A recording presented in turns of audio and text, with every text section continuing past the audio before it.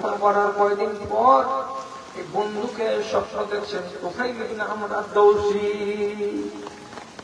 স্বপ্নে দেখতে পেয়ে স্বপ্নে জিজ্ঞেস করে বলছেন বন্ধু কেমন আছো? তো বলছেন ভালো আছি। জিজ্ঞাসা কেন করবে যে কেমন আছো?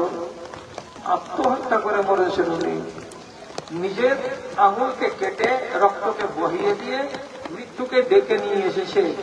তাহলে এই আত্মহত্যা করা মানুষের তো ভবিষ্যৎ ভালো নয়। এই জন্য আমি জিজ্ঞেস করলাম কেমন আছো ভাই?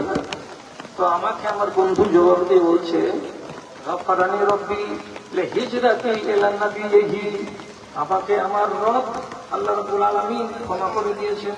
কেন ক্ষমা করেছেন? এই জন্য যে আমি নিজের বাড়িকে, ঘরকে, জমিকে, জিরাতকে, বিবি বাল বাচ্চাকে সবকে ত্যাগ করে দিয়ে আল্লাহকে রাজি করার উদ্দেশ্যে নবীর দেশে হিজরত করে চলে এসেছি। হিজরতের সওয়াব এত বেশি যে রব্বুল আলামিন তারই দৌলতে আমাকে ক্ষমা করে দিয়েছেন।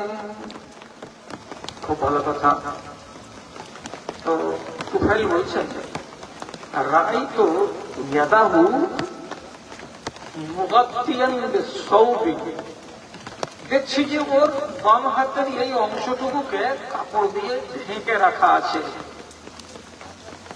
আমি বললাম ভাই তোমার এই হাতকে কাপড় দিয়ে ঢাকা আছে কেন? এটার কারণটা কি? তখন এই মরা মানুষ জবাব দিয়ে বলছে আল্লাহ রাব্বুল আলামিন আমাকে বলেছেন ইন্নী লাম আসলাহ মা আফসাদাহু আবদি, আমি ওই জিনিসটাকে ভালো করি না যে জিনিসটাকে আমার বান্দা নিজে নষ্ট করে দেয়। আমি তো নষ্ট করার জন্য দেহখানা দিলি তাকে, আমি তো নষ্ট করার জন্য রুহটা দিলি তাকে, আমি তো সুন্দর তাকে দেহ দিয়েছিলাম, আর এই সুন্দর দেহটাকে সে নিজে নষ্ট করেছে, চাকু চালিয়ে দিয়ে, ফলা চালিয়ে দিয়ে আগাম করে দিয়েছে। এই যে জায়গাটা দিয়ে রক্ত ঝরেছে, ঘা হয়ে গেছে, এই ঘাকে আমি ভালো করবো না। বান্দারা সাবধান হও, তুমি যেটা নিজে বদলাবে সেটাকে আমি আল্লাহ সোজা করতে যাব না।